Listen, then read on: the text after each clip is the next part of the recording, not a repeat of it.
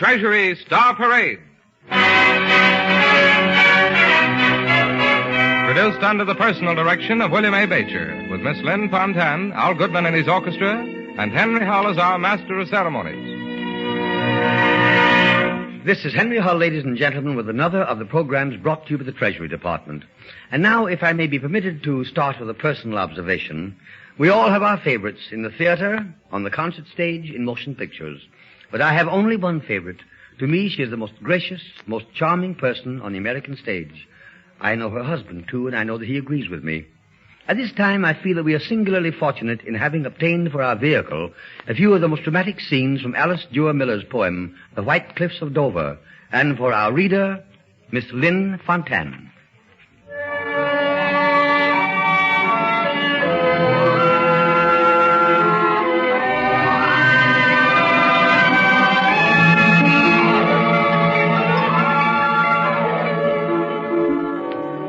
I have loved England dearly and deeply since that first morning, shining and pure, the white cliffs of Dover I saw, rising steeply out of the sea that once made her secure. I had no thought then of husband or lover. I was a traveler, the guest of a week. Yet when they pointed the white cliffs of Dover, startled I found there were tears on my cheek. I have loved England, and still as a stranger.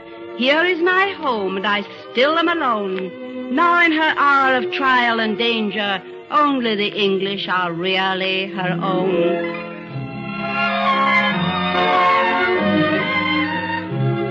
It happened the first evening I was there. Someone was giving a ball in Belgrave Square. I went up the stairs between them all, strange and frightened and shy and small, and as I entered the ballroom door, someone beside me turned and smiled. I needed a friend, and he seemed kind, so I put my gloved hand into his glove, and we danced together and fell in love.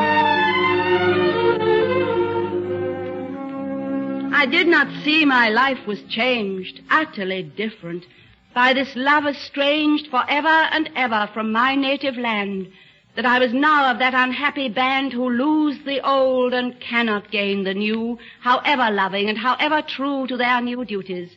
I could never be an Englishwoman. There was that in me, Puritan, stubborn, that would not agree to English standards, though I did not see the truth because I thought them, good or ill, so great a people, and I think so still. But a day came when I was forced to face facts. I was taken down to see the place, the family place in Devon, and John's mother. Quiet she was, and so at ease, so perfectly sure of her rightful place in the world that she felt no need to please.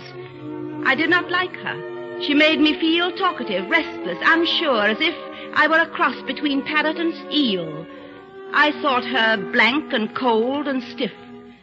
I saw the house with its oaken stair and the Tudor rose on the newel post, the panelled upper gallery where they told me you heard the family ghost, a gentle, unhappy ghost who sighs outside one's door on the night one dies. I remember politely thinking, not I would hear one midnight that long, sad sigh. I saw the gardens after our tea, crumpets and marmalade, toast and ale. I saw the picture of every son, Percy the eldest and John and Bill in Chinese customs, and the youngest one, Peter the sailor, at Osbornestill. A little thing happened just before we left. The evening papers came. John, flicking them over to find a score, spoke for the first time a certain name, the name of a town in a distant land, etched on our hearts by a murderer's hand. Mother and son exchanged a glance, a curious glance of strength and dread. I thought, what matter to them if Franz Ferdinand dies? One of them said, this might be serious. Yes, you're right, the other answered, it really might.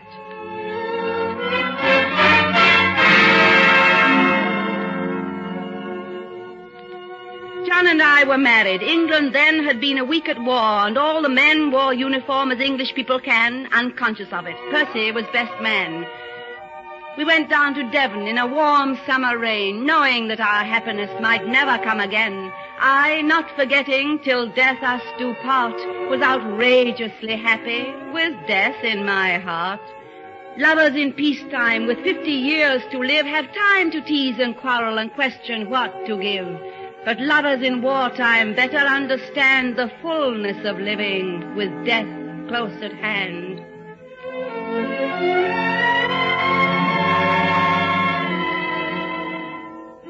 My father wrote me a letter.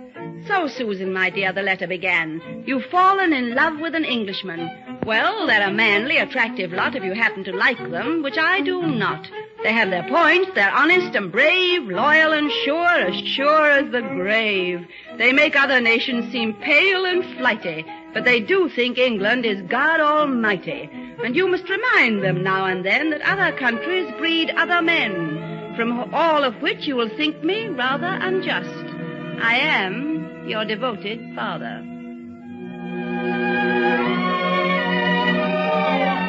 John read the letter with his lovely smile. Your father has a vigorous English style, and what he says is true, but I say, I'll make him like me yet someday. I settled down in Devon when Johnny went to France. Such a tame ending to a great romance. Two lonely women with nothing much to do but to get to know each other. She did, and I did too. I think I shall remember always until I die her face that day in December when in a hospital ward together she and I were writing letters for wounded men and dying, writing and crying over their words, so silly and simple and loving. Suddenly looking up, I saw the old vicar moving like fate down the hospital ward until he stood still beside her where she sat at a bed. Dear friend, come home. I have tragic news, he said. She looked straight at him without a spasm of fear, her face not stern or masked. Is it Percy or John, she asked. Percy. She dropped her eyes. I am needed here. Surely you know I cannot go until every letter is written. The dead must wait on the living, she said. This is my work. I must stay. And she did the whole long day.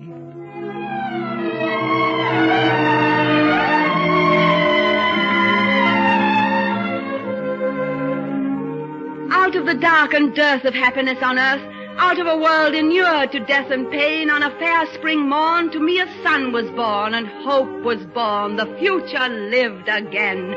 And John came home on leave, and all was joy and thankfulness to me, because my boy was not a baby only, but the heir to the Devon acres and a name as old as England. Somehow I became almost an Englishwoman, almost at one with all they ever did, all they had done.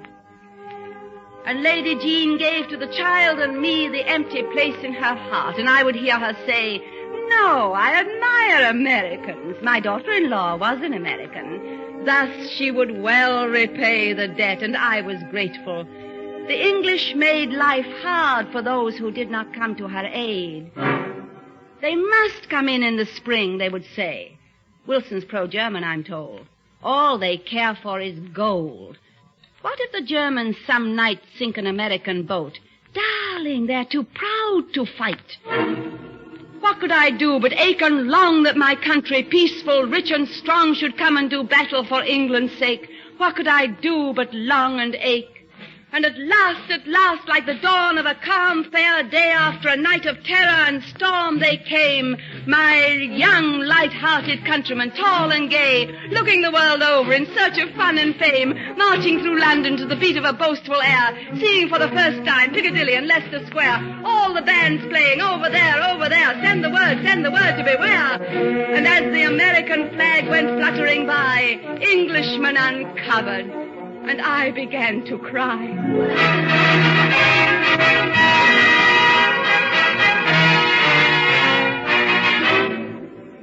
Bad news is not broken by kind, tactful word. The message is spoken ere the word can be heard. The eye and the bearing, the breath make it clear, and the heart is despairing before the ears hear. I do not remember the words that they said. Killed, Douay, November. I knew John was dead.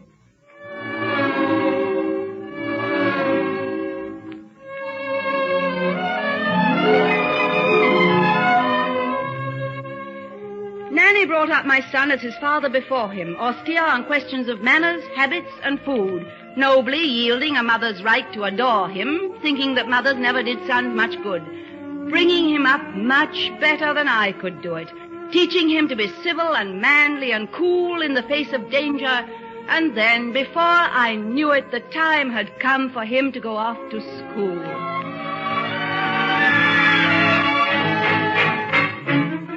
Later than many, earlier than some, I knew the die was cast, that war must come, that war must come.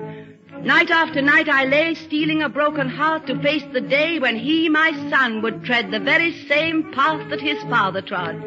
When the day came, I was not steeled, not ready. Foolish, wild words issued from my lips. My child, why should you die for England too? He smiled. Is she not worth it if I must, he said. John would have answered yes, but John was dead.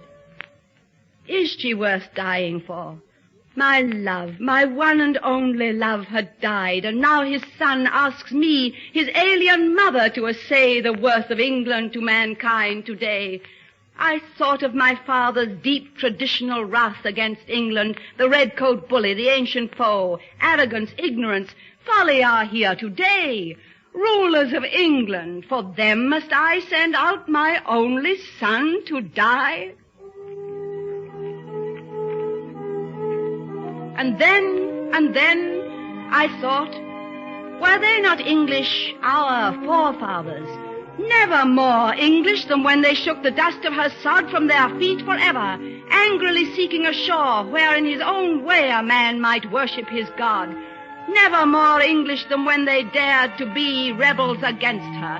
That stern, intractable sense of that which no man can stomach and still be free, writing, when in the course of human events, writing it out so all the world could see whence come the powers of all just governments. The tree of liberty grew and changed and spread, but the seed was English.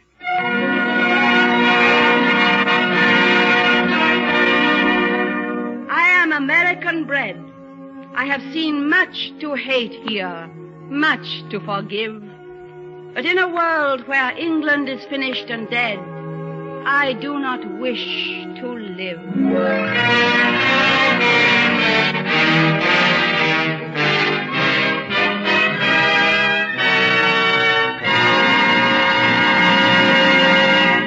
And in a world where freedom and democracy are dead, none of us wishes to live. America and England are allies today. We are one with Russia and China and all the other free allied countries, fighting in the same cause for the same freedom. Our fighting men have answered their call. We at home must answer ours. It's the war bond protocol. It has been sounded throughout the nation, in every state, in every county and city and town and farm. $1 of every 10 must go into the war chest of our country, invested in United States war bonds. Every one of us must make plans now to meet each individual quota, 10% of all income, all of it from every source. Put $1 out of every 10 you get into United States war bonds. Remember, this is your country. Keep it yours.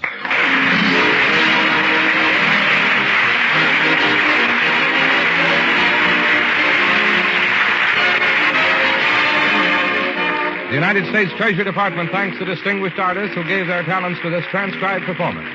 Miss Lynn Fontanne and Mr. Henry Hull, Miss Alice Dewar Miller for the scenes or the use of scenes from the White Cliffs of Dover, and this station for the use of its facilities. The orchestra and chorus were under the direction of Al Goodman. Additional writing by Malcolm Meacham and Violet Atkins. Production by William A. Baker. This is Larry Elliott speaking.